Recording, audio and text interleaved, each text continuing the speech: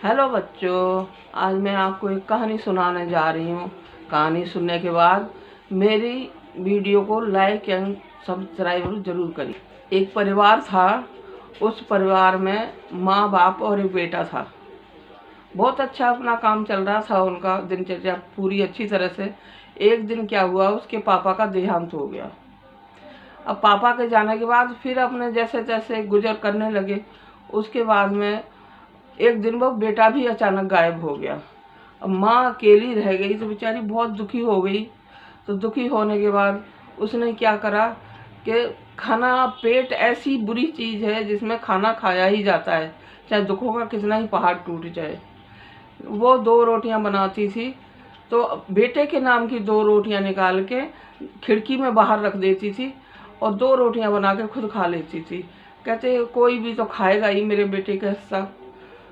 तो काफ़ी दिन उसका, एक दिन उस एक भिखारी जा रहा था तो उसकी नज़र उस रोटियों पे पड़ी।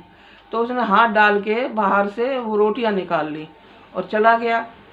ऐसा करने कई दिन, महीने, साल सी गुजर गई, लेकिन उसका यही रूटीन रहा। 2 रोटियां बनाकर वहाँ पहले रखती थी, उसके बाद में वो अपनी रोटी बना कर खाती थी।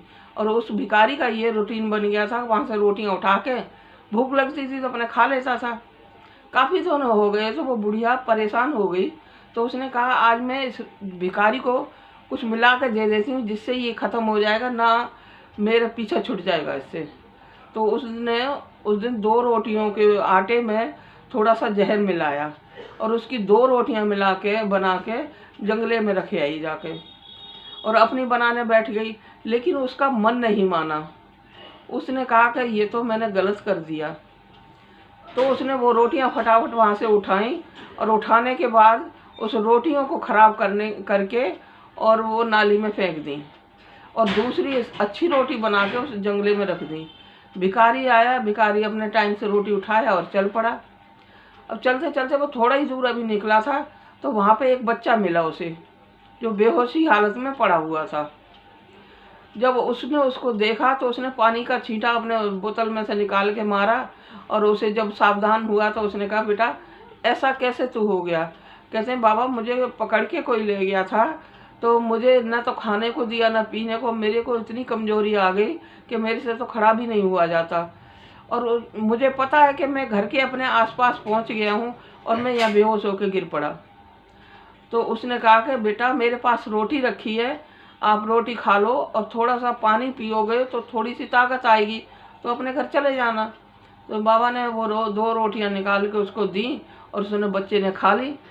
खाने के बाद पानी पी के थोड़ी हिम्मत हुई तो वो अपने घर के लिए पहुंचा। जब इतने दिन बाद घर पे पहुंचा तो माँ बड़ी एकदम खुश होके चिपट गई उससे और कहने लगी बेटे तू इतने दिन कहाँ था और ऐसे कैसे आ गया। तो नहीं माँ, मुझे कोई पकड़ के ले गया था, मैं वहाँ से निकलना बड़ा मुश्किल हो रहा था, न खाने को कुछ देते थे न पीने को कुछ देते थे, और मैं इतना कमज़ोर हो गया कि मेरे से खड़ा भी नहीं हुआ जाता।